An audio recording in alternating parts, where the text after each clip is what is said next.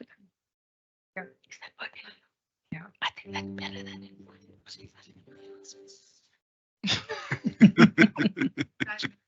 Okay, sure.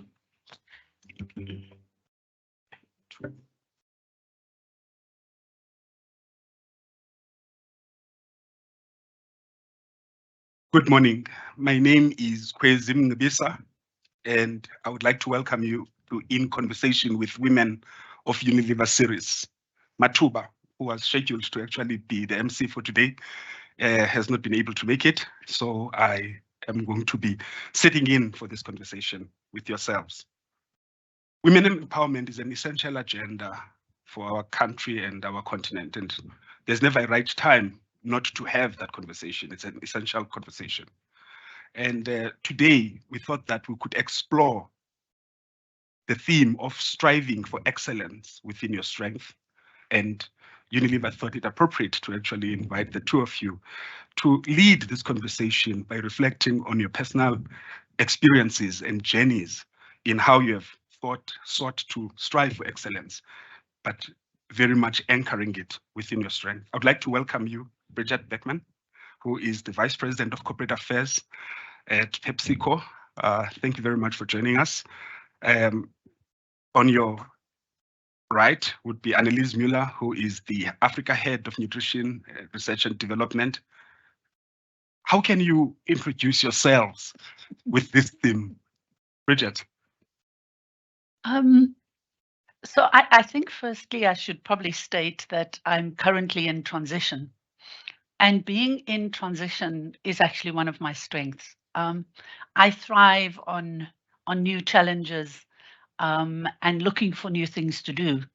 So in 2 weeks' time, I actually joined SARS as one of its deputy commissioners. I believe the first female, so maybe that says something. So how do you find your strengths? And in terms of an introduction, I think the ability to listen to what others think your strength is actually the important bit, because often your strength is something you don't recognize, Kwezi. I mean, I started off as a scientist. I meandered in development finance. I ended up doing some innovation. I've done corporate affairs. And now I'm going to be looking after enterprise and corporate services at SARS. So the ability to know that you like being in transition, being one of my key strengths. And then I love creating order out of chaos. So I'm a scientist by training, but I love looking at the unstructured and trying to create structure out of the unstructured. Wow. So that is basically who I am, Kwezi. Well, welcome. I think Beautiful. I think we definitely have a very good lead in this conversation. It's about listening to what others think of you, but knowing your strength and then latching on. Annelize, how would you define yourself and your journey? Journey to here. So it's been very interesting. I do think listening to people is very important. I remember being also studying science, biochemistry and psychology of all things. Yes, they go together. You would never think so. But I remember studying it and I thought I was going to be a researcher. And that's where I would be. I wanted to be in a lab. I wanted to understand the detail of things. And I went into research on sugarcane. Sugarcane did not talk to me much. Funny that. But somebody actually recognized in me the ability to connect with people, but also be in teams and really develop in teams. And somehow I ended in corporate, which is a place I never ever wanted to be very, very honest. I think a few people know this, right? In my team, I've told them before. But man, did it, when I landed here, the ability to let some of my strengths out it was almost like I was a pot boiling and somebody lifted my lid and my steam could just let go. And in that moment, I realized how important it is to listen to other people. But it was also really important to understand your own strengths. There's many tools out there, but through your journey, there's always things that repeat itself almost. And throughout my journey from very young, I was put into leadership positions. And we spoke about it earlier, right? It's not like you choose yourself with some of those leadership positions. But I was put into leadership positions, whether it was the netball team, yes, the B team, not the A one, whether it was oh my hat, I was a drill sergeant in school. Yes, I was a drill sergeant, but I was also the youngest. I was standard 7 leading matrics, standard 7s, grade 9s, whatever. And so if I take my journey and I reflect really well, you can see it's a theme where people ask me to come and do certain things. And through that, you can recognize strengths that you bring to others that you sometimes won't see yourself. Wow, that's quite an interesting, colorful yet well-grounded intro as to how your journey has been. But I think what is, other than the fact that both of you are scientists by training, I think there's definitely a particular rhythm that got you to take your strengths, listen to others, and make a life that has got purpose for yourselves. But I mean, do you think, as you were making choices, as you were making order out of chaos, Bridgitte, for example, that your strength wouldn't be enough to overcome what the chaos was presenting? So I think around strengths, and I want to link what Annelize was saying while answering that question. I think the first thing is it's often the stuff you do effortlessly, but you don't realize you're actually doing it effortlessly because you just do it until someone else points out to you, but you're really good at that. And then as women, we tend to want to say, oh, no, not that, you know? So I think the first thing for me is to think of what you do with ease and then realize when you're in flow, when you do something in ease. That's the first way to find your key strength. The second thing is you actually tend to subconsciously look for opportunities where your strengths are without you realizing it.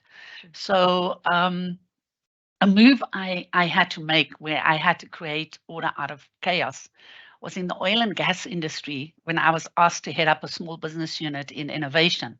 So this is like the first time I got to use my science, Annelize, in a long time. I also thought I was going to be in a lab and solve some cancer gene or something, but that wasn't meant to happen, obviously. And what I realized there, and I had a brilliant mentor at the time, and actually he's still my mentor, even though he's retired. And what he said to me, is that it's not just important enough to know your strengths. You have to know your key weaknesses. Mm-hmm. And when you know your key weaknesses, you must surround yourself with people whose strength is your weakness. Yes. So I have consciously understood my weakness. I mean, I hate admin, might I add. I am terrible. Don't ask me to do reports or something. If I don't have a way of telling myself and milestoning it or something, yeah, I'm not the good admin person. But what I've done is in my journey, and especially there creating order out of chaos, going into an entity that had lost its MD, a team that was totally in disarray, didn't know whether they were going to be existing or not. I then looked into the team and found the people who had the greatest strengths to complement my weakness. And then we worked together as a team, because you can't accomplish creating order out of chaos on your own. You're going to need people, but an understanding of where you are in the driver's seat and where others need to be in the driver's seat, so you can complement each other for that common good. And in the end, you actually end up being excellent at what you do because you have a team that is in flow. Excellent. Annelize, what has been your formula of striving for excellence? I think it's actually very similar, and we've realized that we have common. Yes, we're going to be chatting a lot afterwards. It's a great conversation. So, but I think the thing is also, so there's two parts. So definitely around the team and other strengths is you have to realize, you have to understand for yourself, and you have to trust that other people can be better at other stuff. Yeah, you have to be able to sit back and say, actually, I don't know everything. That person can do it much better than me. Whether they're in a different role, they have the same value to add, but in a different way. Sometimes we don't recognize those strengths. Sometimes you don't understand the other person's strength. And that's where you have to spend the time. So I'll give you an example. We were in our team doing Strength Finder, which is a tool you can use, one of the tools. And there was one person who it always looked like it was so difficult for him to belong to the team. And when the moment we understood his strengths is because he had strengths that none of us had. And suddenly the space for actually belonging into a team and really bringing your bit was open up because we understood him and he understood us. So I think the humility to be able to look to others and understand that they will bring just as much as you can bring in a very different way is part of it. And then not to strive for perfection, but to strive for excellence. And excellence is pitching up every single day. You do it intentionally. You do it with effort that comes from the heart, like real true effort that comes from here. Like I want to pitch up and I want to add and I want to add value. And you execute really well. And if you do that every day, that leads you to a combination of wise choices through your life that leads to your destiny and to impacting the world. And I think that's the it's not the perfection of your strengths that doesn't exist. It's the excellence journey for your strengths to play out and the humility to recognize others. I think what I'm gathering from these introductory remarks that both of yourselves have made is the fact that self-awareness is very critical to this journey. And if one is aware of their strengths and limitations, as you've both said, you'll then be in a position to see how you can plug into the ecosystem of a project, an ecosystem of an organization, an ecosystem of corporates, as it were, or in other aspects of your life.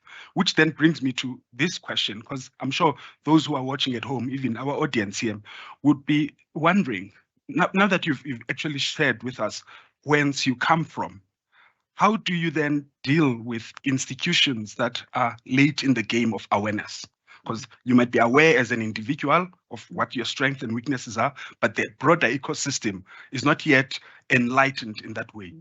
What advice would you give for women out there on how they could actually make sure that they bring out their strength and influence the environments that they are working in order to strive for excellence? Perhaps, Annelize, you may start this round. I think for me, it doesn't matter in which ecosystem you sit. There's a human on the opposite side of you. And we all want to be listened to, and we all want to relate, and we all want to share. And in that moment where you are willing to ask a person, what's your story? What's your strength? You can also enlighten them on their own strengths. And it opens a door where you can bring awareness from both sides.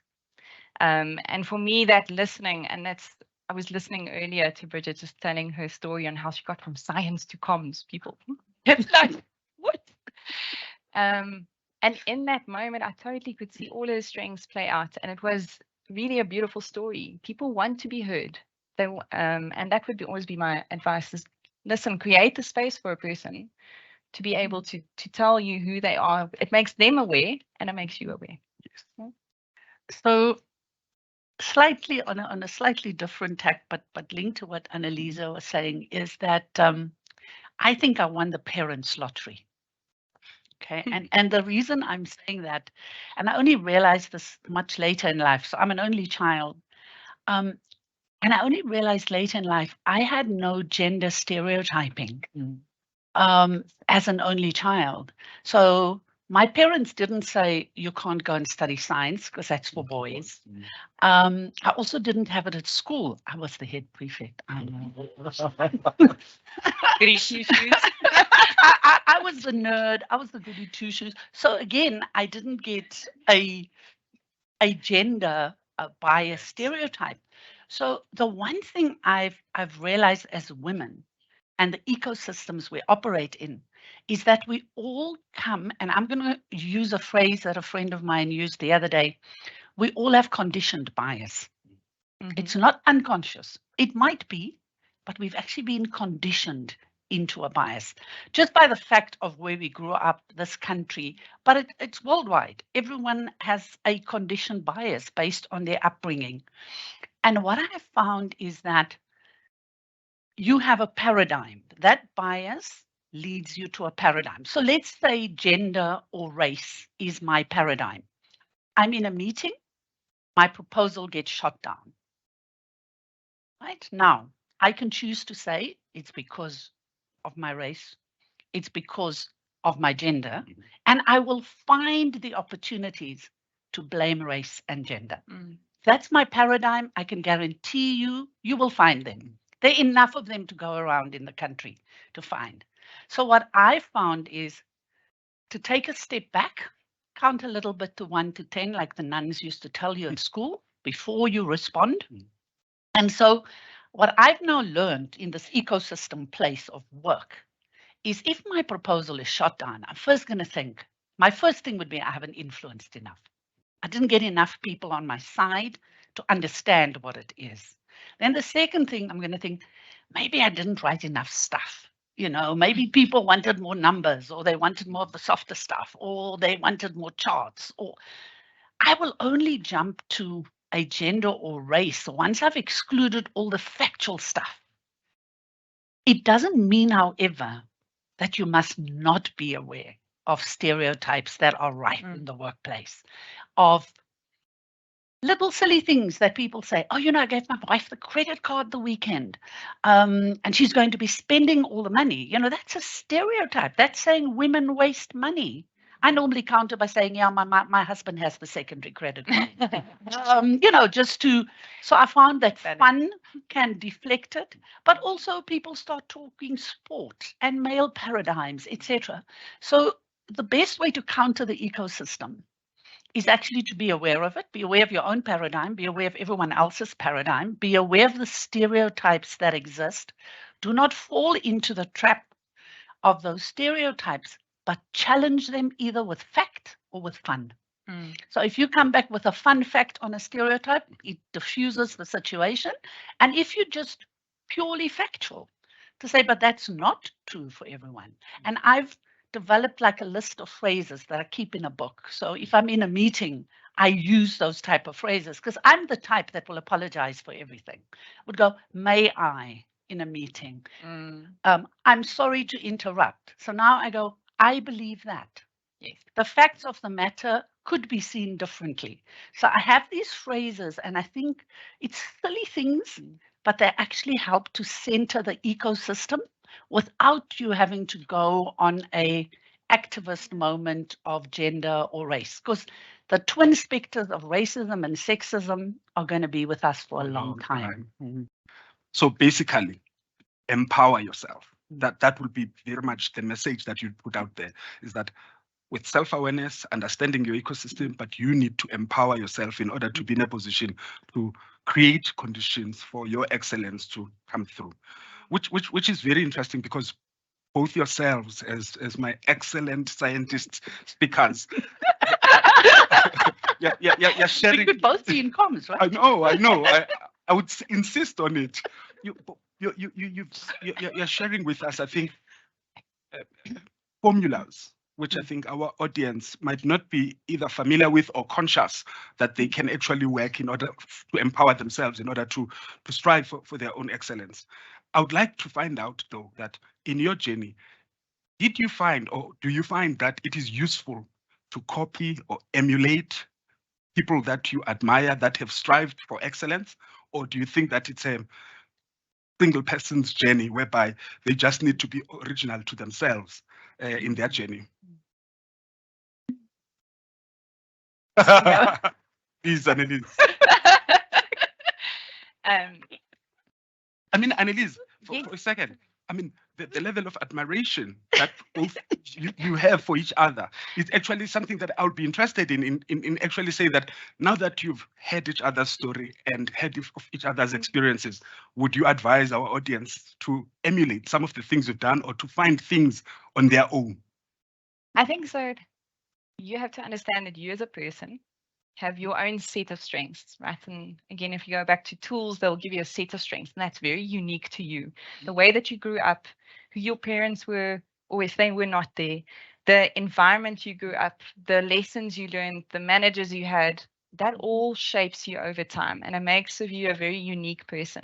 I think it's brilliant to learn from people. Learning is one of my strengths, and honestly, a lot of things I do today, I can go and tell you exactly who I learned what from back in my career that now I'm doing. But I'm also very clear that I am me. The authenticity of me has to shine through. So learning from others and uh, expanding your understanding of the world and skills, I think you must do. But you have to understand that you have a place, you have a value. I always say there's something like a few very simple example, a cake recipe, right? And I'm not going to say that you are the egg. But every single ingredient in a cake exists for a reason. That's what creates the cake. There needs to be an icing. There needs to be an oven. There needs to be a baker. There needs to be a person who wrote the recipe in the first place. And there needs to be a grandmother somewhere who told that person what that recipe was. So throughout the world and through everywhere, that everything is connected, but we all have our roles to play. So never underestimate the value you have to bring as a person, but learn from others. Okay, so maybe queasy. I got the slight heebie-jeebie when you said copy. Okay, so maybe let me explain my heebie-jeebie. Comes from my mother. The one day I remember I was teenage years, and everyone has got X or was doing X, so you want to do X or have X. And I remember going to my mom and saying, but so and so has it, and so has it, and so is doing it. And I also want to have it or do it. And my mom looked at me and she said, can I rephrase that for you? She was an English teacher. She said, can I rephrase that for you? And I said, sure, Mom, let's hear. And she said, so you are telling me you want to be different like everyone else. Now that stuck with me as a lesson. And so copy, no. But at this age, I do not want to make any more mistakes. I've made enough mistakes. I'd love to learn from others' mistakes instead of just from my own. So I think learning from others, the mistakes they've made and the lessons they can give you is invaluable. But more importantly, is gaining insights from the lessons for your personal journey. It's not a copy paste. Yes. It's a let me understand this. Is it applicable? Yes, it is. No, it isn't. And then what I have found I love doing, I love sitting around and asking people to share their experience or their life journey with me. But then you have to sit there with the intent to listen, to understand, not to listen to ask questions. So as you are listening and people are sharing their experience, I then listen carefully for touch points to something I've experienced or something I've come across. If it is something I haven't come across, typical scientists, they have an archive in here. I open the archive and I say, I must put that into my archive because that's an important lesson I might actually need one day. So not copy and paste crazy, but learning from others, getting the insight. And then even if it isn't applicable, keeping it there alive so that you can use it when you need it one day. Yeah. Profound. I think at this point in time, we must get to some hard truths around the importance of mental wellness and spiritual rootedness. That the journey towards excellence would need to be accompanied by those things. I mean, what would you say women out there would need to be conscious of about their mental wellness as they seek or they pursue a journey of excellence? Bridgitte. That is okay, so let me start off by saying I am the person that runs around the block and kicks the block back under the bed. So I am not very good, I will admit, at physical well-being. I'm the first to admit that, and my family will all go, yay, she's admitting it. But what I do like doing is actually taking long walks in nature. So the one thing I've realized in the busyness of everyday life, we don't take time for ourselves. Now, it's a weird thing to do, but I diarize that I'm going to go for a walk. And when it's in my diary, it happens. You see, so for me, having something in my diary is sacrosanct, so I wouldn't move it. So, although my team might go far. But I think that's the one thing.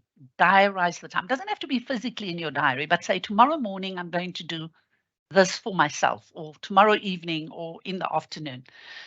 I personally, Kwezina, for want of having a whole room jump up, I do not believe in the term work-life balance. Okay, I know.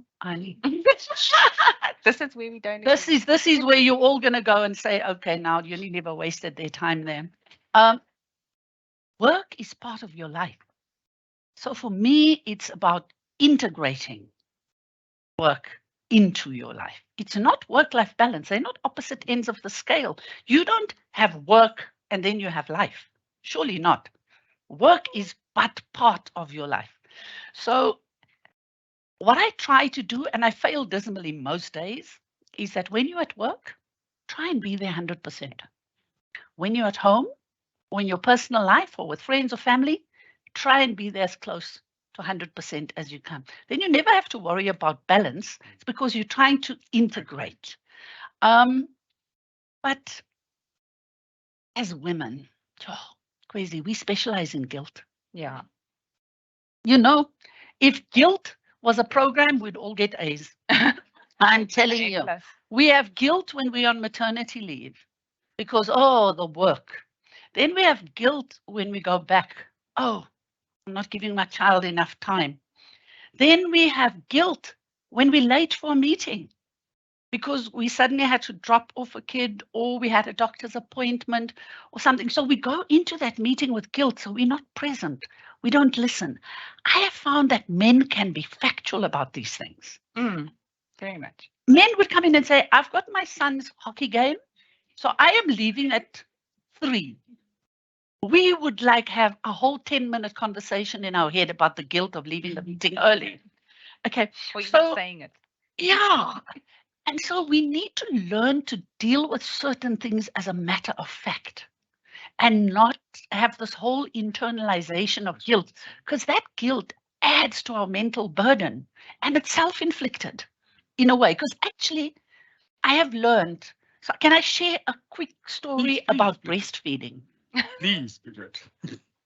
So I joined a company called Mosgas in the late 90s, just 99, 2000. I was pregnant when they employed me. So I had 42 days maternity leave because I started in October and my daughter was born early in January. Okay. I'd relocated provinces, the whole caboodle. So I was a firm believer in breastfeeding. Company, we are talking 99, 2000, remember? Company had no policy on breastfeeding. So from a mental health perspective, I was figuring out, how am I going to make this work? I do want to do this.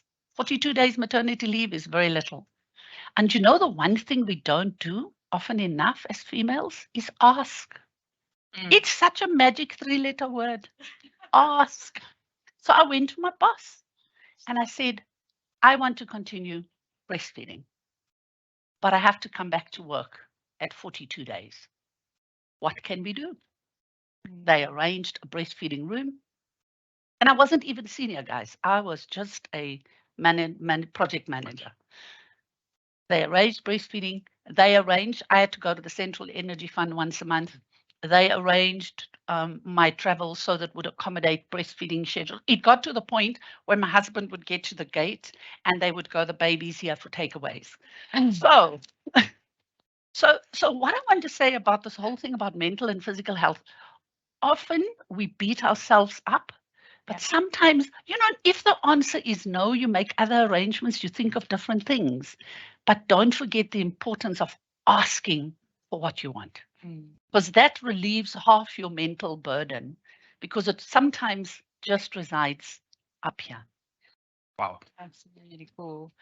Annelize? Yeah, wait. No, it's worth a clap.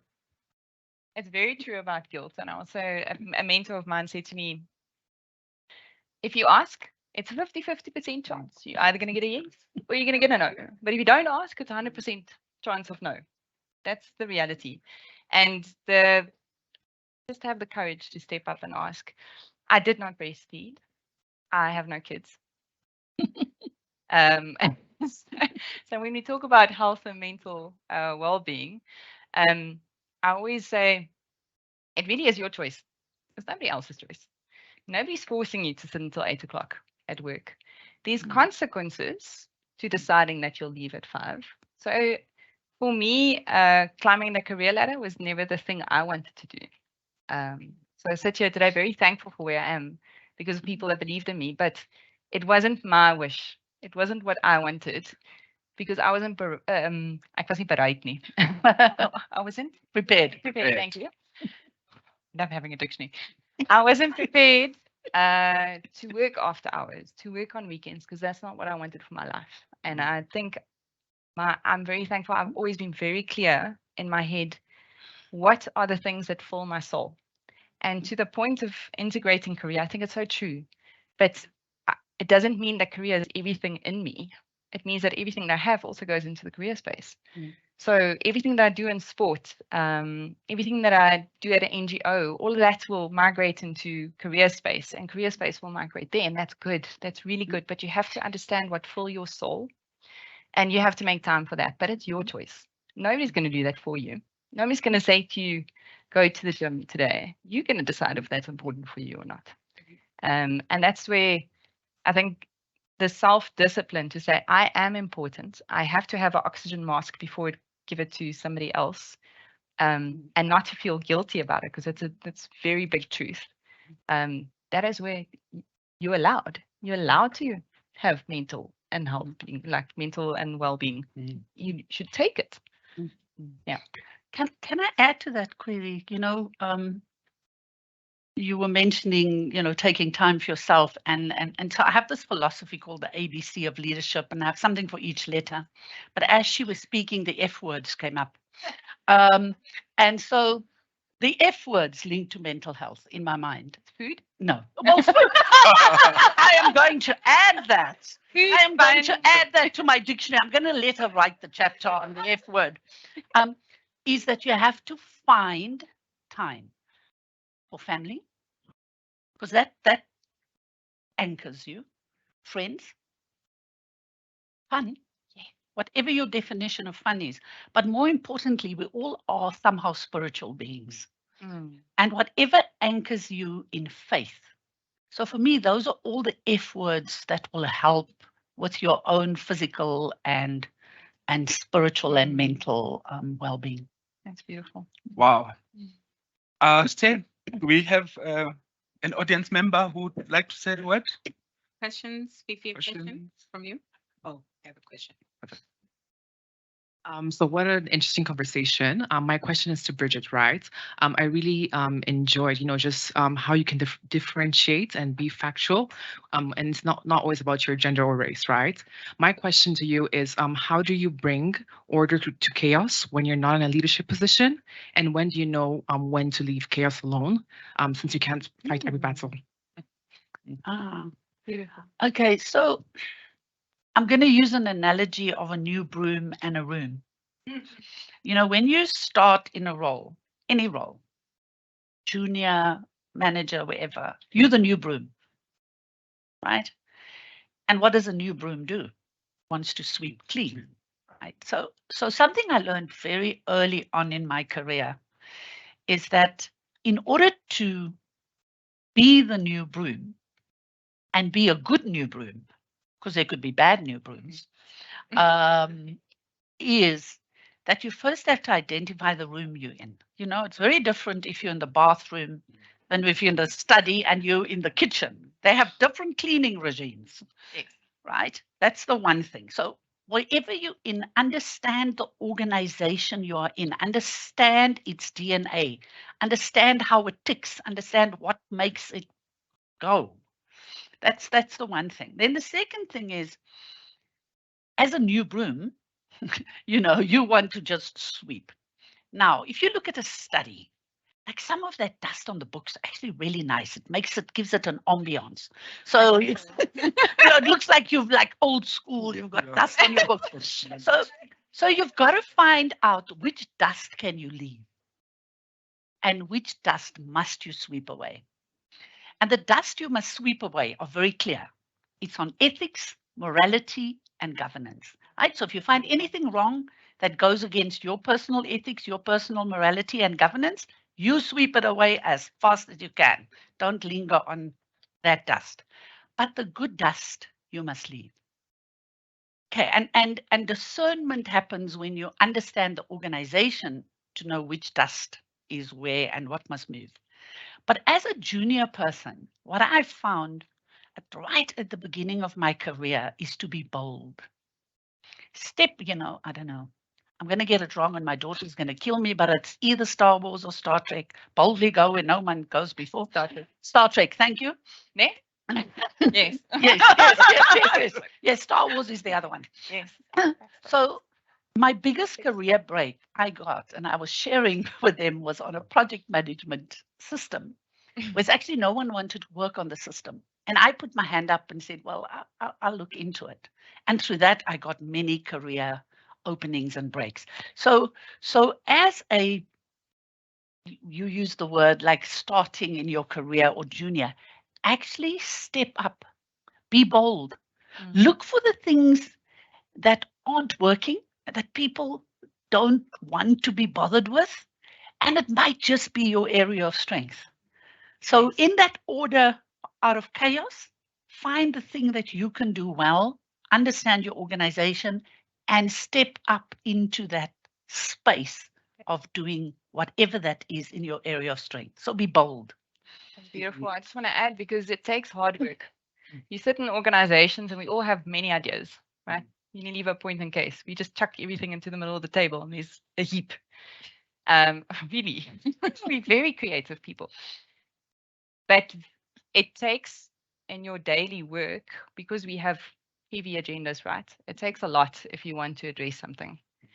And if you're really feeling passionate about it, and I think when you find your flow and your strength, very good point, it's still going to take a hell of a lot of hard work.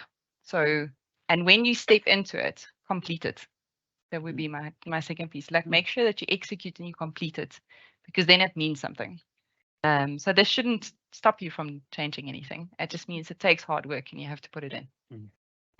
So be bold and execute. Be bold and execute. Any other question from the audience? And then go to Jay. Thank you. Good morning, ladies. Thank you so much for an amazing conversation. My name is Refilwe. I have a toddler. I was late this morning, by the way. So thanks for saying. If you're late, you know what? Keep it factual, not emotional. He had a meltdown when I was supposed to leave. I couldn't leave. I walked in. It is what it is, so I'm glad I made it. I'm currently reading Lean In. I don't know if a lot of people have read it, by Sheryl Sandberg. It's a really nice, very interesting book about women in leadership. She talks about something called, she says basically your career shouldn't be a ladder, it should be a jungle gym. So you should be comfortable with making lateral moves up and down, right and left. I mean, hearing that Bridgitte is a scientist and now works in corporate affairs and comms kind of gives me jungle gym vibes. So here's what I want to ask, Bridgitte. It's good to have a jungle gym kind of career. I enjoy making lateral moves into different spaces to learn different things. But you could also kind of get stuck in a jungle gym, or, struggle to find the ladder that takes you up onto another level. When do you know that it's kind of time to step up? And when do you find that voice to say, I've made these lateral moves, it's time now for my boss move, and I deserve it and I'm ready to make it?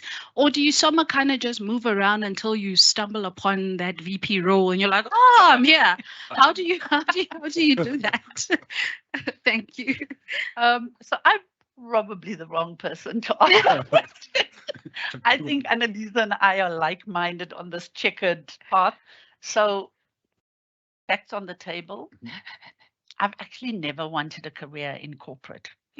So I will let you in onto that secret. So corporate happened to me in a way. But the journey really is about understanding your strengths. And I'm a great believer in putting things out into the universe. Sitembile knows that. Every year, and it's not necessarily of a new year, but I have a word for the year. And then my word for this year, by the way, is gratitude. Beautiful. So I then live in my word for that year.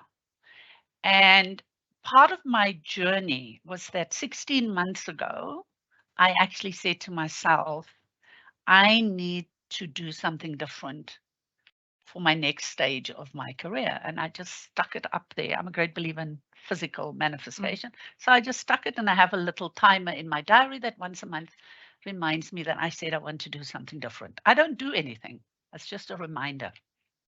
Okay. And then this other opportunity came across. But the thing about working in your strength and understanding your strength is that when a window or a door opens, you know it's the right one. Whether it's lateral, whether it's up, you know, because do yourself a favor, make the decision to do it and tell only your trusted circle, right? But don't do anything yet.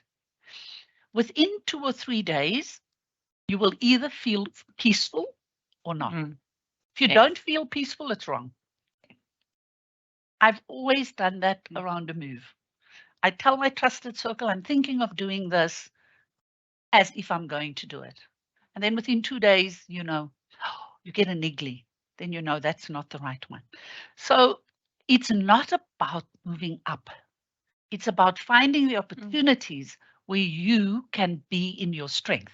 Because when you're in your strength, automatically people notice. People notice your excellence. People notice your delivery. People notice that you're in flow, and the up is a logical consequence of actually going into areas of your strength. I mean, I moved from science into finance, into comms, into supply chain, into innovation, and now I'm going to be doing SARS. I mean, corporate services, right? So it's about those strengths, and actually, it's about hearing what other people say about your strengths, because often you don't want to acknowledge your own strengths because it seems so natural. So not about up, but about playing in your field of strength, and then up follows. Annelize, do you have a compass for this jungle gym? The only thing I would add is like the question you have to ask yourself is, do you really want to be the boss? Do you want the status and the car maybe that goes with it, whatever you're going to spend your money on? Do you want the salary? What is your motivation behind wanting to be the boss? Because there's many strengths and many people add value, and that's sometimes you shouldn't be the boss. Right? And that's where I think you need to do a little bit of soul searching for yourself. Is why is it looking so good? If you don't want to lead people, don't become a boss. It's really hard work. It wrenches my soul sometimes. No, seriously. It's not a joke. I make many, but that wasn't a joke. Wrenches my soul. I like that. It really does. Oh no, I'm gonna get emotional if I talk about it. But it really wrenches my soul to be a people leader sometimes, because you take responsibility for that person. I believe in servant leadership, so you know I'd really go the extra mile if I can. And if I didn't want to lead people, I really shouldn't be there. It's like what I believe also in parents. If you want to be a mom, because you're going to give that child the best they can, and they deserve the best. And I think the same for a boss. You can be successful. You can get talent. It might mean lateral moves into different businesses, into different spaces that Bridgitte went. But do you really want to be a boss? And when you answer that question for yourself, then you can stand up and go, yes, I'm going for this. Perfect. Yes, another Okay. Thank you so much, ladies. My name is Jabu. You touched on the emotional burden of guilt. I want to talk about shame a bit here, and I think they're quite related. What do you have to say to people who feel like I shouldn't be where I am at this point? I should have been at a better place, right? I think a lot of us do feel this shame surrounding, oh, I'm at this age, I should have been at this point, or my peers are at this point and I should have been here. So, very much about the shame that comes with that and really just tackling that and being comfortable with where you are. So, what's your advice on this shame that comes with feeling like you are not living up to your full potential or being where you want to be? And it is beyond guilt, shame. Shame. Yeah. Oh, and it's so real, right? It's so real. Um, it comes back to also a question we had around how do you settle for mediocrity? But mediocrity and shame only comes to you because of other people's definitions of what you believe success is. Success for you is what you define it to be, not other people. And I think when we listen to "Ooh, this one is now married with 2 kids, or this one now has 3 kids, if I hear that from my mother-in-law. No, I'm joking, I forget I'm a camera. No, I'm just joking. She really doesn't do that.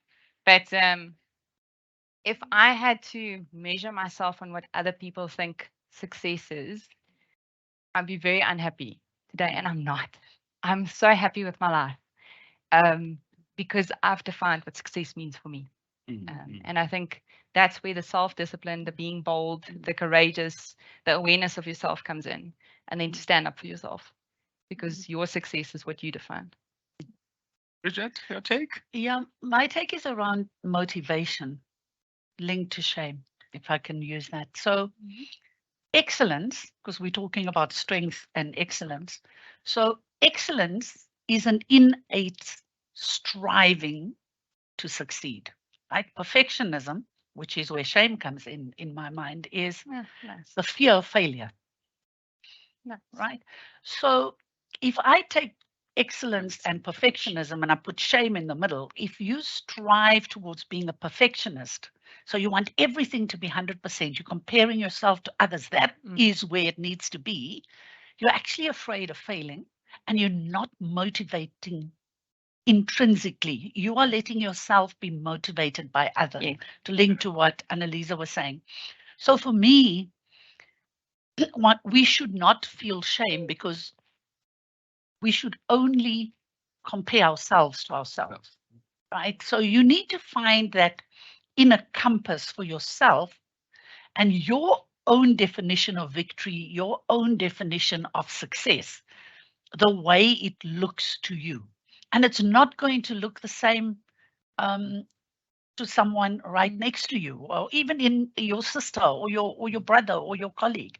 So, and the one thing I always strive to do, and at the end of the day, I always ask myself the question. And the statement is, and I think it's actually Eleanor Roosevelt, so it's lovely to have a female to quote. Always think of yourself at the end of the day. Do the best with what you have, where you are right now, right? And if you do that every day, you won't have shame because you know you have given your best towards whatever it is you set out to do. So that would be my sort of take on it. Don't go for perfectionism, which is externally motivated. Go for excellence, which is an intrinsic compass. Bridget, Annelize, you are both eloquent and your journeys are phenomenal. But I'm sure for our audience online and in this room, there's a very important question that I'm even afraid to ask. Yeah, At any stage in your journey, did you ever experience self-doubt? And how did you overcome it? This morning, right? This morning, I don't like cameras. I don't like talking. Do we really have to do this? Sorry. We're just having a moment. Okay. Let's be serious. Okay, you go. Okay, I'll go. I think first of all, and this is probably male and female, but I can't talk for my male counterpart here. I think we all have moments of self-doubt. We all think, just as I was walking out, I was telling Sitimbile, oh my goodness me, I'm going to SARS. I hope I'm going to be okay. This is a big role, blah, blah, blah. The one thing you need to do about self-doubt, and it's a lesson I'm not good at, but I do try and practice it, is I think of self-doubt as a ghost of the past. See, you mustn't think of it as the present and don't think of it as the future. Try and anchor your self-doubt you have in the past. And the reason I'm going to get to why I say that, but you have to have your trusted circle of friends and colleagues. They soundboards. They'll tell you, don't be silly. They will reflect and hold up the mirror for you. And that will help dispel self-doubt. And it's critical that you nurture those friendships and colleagues, because they will deflect your self-doubt with positive conversation and builds. And so will your family. This thing about people waking up at 5 and being energetic, that's not me.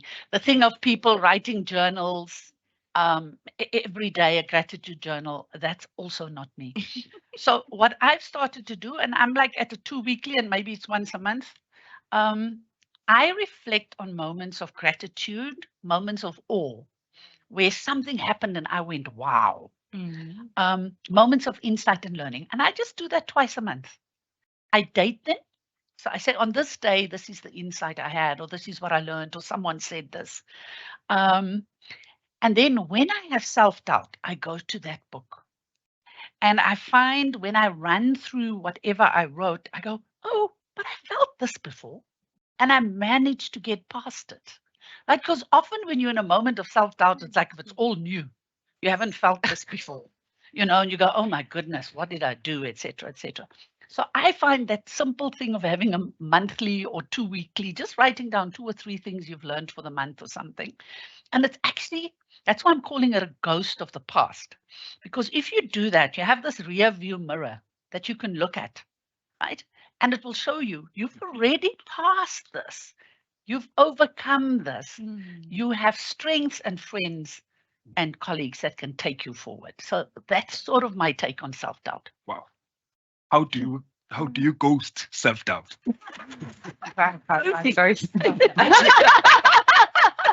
Sorry. I read Bridgette's, I don't know, your formula book. Because she's got many. You've got quite a few, eh? It's quite amazing. The scientist in me, love a periodic table I had to put some formulas, sorry. Love it. Your self-doubt is, it's this, we can really relate. Like it's this constant companion. And I remember seeing a cartoon, which was really, really so true. And this is, I don't really like making male-female comparisons, but this is the reality. There's this cartoon of a lady looking into the mirror. She's this beautiful, beautiful, voluptuous lady. But when she looks into the mirror, she sees this overweight, frumpy, not great person. And then there's this guy who is the very skinny, no muscular guy looking into the mirror, and he's this bodybuilder. And it's true. As women, we tend to really underestimate ourselves. We look in the mirror and we always see the worst case scenario. Always. You very few times see the best case scenarios. And that voice just seems to sit there and tell you and tell you and tell you. And I've had myself quite a journey actually to not listen to that voice. Mine was, I'm not good enough. I just walked out of the meeting and I'm not good enough. I'm not good enough to do this manager job. I'm just not good enough. And it's a voice that just keeps on sitting there until you tell yourself, it's okay. I'm still going to go there. I'm still going to pitch up. I'm still going to give my 50 or 100%, not 50%. It's okay, 100%, 50 rand, whatever. And then you have people encouraging you. And I said to Sita today, actually, you and your team have been phenomenal. I really don't like cameras. Yeah. And their encouragement, my husband's encouragement. I love encouraging people because I really mean it. But when I listen to people encouraging me, sometimes I'm like, they're just saying it. They don't really mean it. You know that people really take time to encourage you. They take the energy, they think what's important for you, and they really just encourage you. Lindsay this morning encouraged me. And suddenly I started listening to those voices, and here I am having a conversation with a beautiful person to the left and Kwesi, amazing brain and mind. And I'm so thankful for the moment. So the self-doubt, it's so worth to overcome it. It's so worth to face it and quiet the voice. And it's so worth to listen to other people encouraging you. And then it's so worth to pitch up. Yeah. I think this is a very critical moment in our conversation, because what I'm hearing is that it's important to have a circle of trusted friends, and it's important to do you, and then of course take on board all of the encouragement that that one would actually be receiving from your circle of friends, as well as others that might be observing your journey. But obviously, it's Women's Month in South Africa. The world is not as progressive, enlightened as our constitution, our laws would like us to be. Yeah. I think the final question from my side would be to say, how have you in your journey navigated the gender biases that we find in society, in workspaces, with clients, with suppliers, with customers, with institutions in society? Because I think many people out there are bowled over by both yourselves. I mean, I can speak on my own behalf, but I mean, they possibly at the same time have got a ringer that says that, wow, I learned a lot from this hour. However, I still have to fight this beast that is found in society, that is found in our intimate spaces, that is found in our workspaces. How have you fought or dealt or navigated gender biases? Yeah. I'm going to start because I know Bridget's story here is going to be phenomenal. You think so? I know, because I've seen and I've heard. I know. I really, I really know. I've been super lucky, like you. I've also had parents that didn't have gender bias. My dad helped me change my brakes on my City Golf because he showed, because I was interested to know how it works. So I had people that didn't put boxes on me, and then I refused to take those boxes. And I've been in environments, and Unilever is one of these guys. We're so lucky because I've mostly been in this environment where we don't really have that many barriers. Some of those barriers sit here, but in Unilever's organization, it actually doesn't. And in spaces where I have been, and there's been very few where you get there and you're like, oh, what's going on? Because it's like a big wall. And I'm like, why is this wall here? And then I realized, oh, these guys don't, maybe, no, it's not respect. It's maybe they don't see the value of women as much as people can, and they don't understand themselves. They haven't had this awareness. And so I can't really give you advice. All I can say is, like, I'm really grateful for the spaces that I've been in. And because of that, I work really hard to help women understand that they can do anything that they want. They have the ability to, because somebody taught that to me. But I would love to hear from Bridget, because I think you've walked this journey much longer with many more barriers, and you have overcome so much. In closing. In closing. In closing. In closing, yeah. I think to link to what Annelize was saying is that you can only really break down barriers if you're authentic yourself. So understanding who you are, your own self, your own innate motivation, all of that. And then, you know, a wall is meant to be scaled or got under or got around. Or so while acknowledging that there is this wall, through your own authentic self, find ways around it, through it, over it, under it, find it. And if you have enough like-minded people, half the time the wall is there, as you were saying. Not actually because people built the wall, they don't even know they've built the wall. It's just there because, remember, I talked about conditioned bias. So if you can open a window for someone to show them that this is a bias, often they feel so terrified that they've actually been building this bias into the way they do things that they're willing to learn. So try and find moments where you can show the wall. And the one thing, and I'm going to quote a man, sorry, but men They also add value. add a lot of value. So strange. The one thing I've always sort of lived by, I've many sort of these slogans I live by. This is George Bernard Shaw said that most people, right, see things the way they are, and they say, why are things this way, right? But the people who really affect change, and I hope you are going to fall into this category, are the dreamers. They look at things the way they are, but they dream of things the way things can be. And they say, why not? So be the person that says, why not? Bridgitte Backman, Annelize Muller, you have been a very compelling conversationalist with me today, and I would like to thank you on behalf of our audience here in the room, as well as the audience online. I think that through your insights and your sharing, we have an idea now and a commitment on what it means to be striving for excellence within your strength. Thank you very much for those. Thank you very much. Thank you very much, Thank Kwezi. Thank you very much, Bridgitte. Guys, this was one of the most impactful conversation to date. I really, really enjoyed it. We have guys on Facebook who are saying that you guys have an amazing chemistry. They'd like you guys to come back for the second conversation. So really, really, really I'm grateful. Thank you very much, guys, for taking time. I know that we've passed by 4 minutes and you have to go back to work. Thank you. But don't feel any shame or guilt about it. That was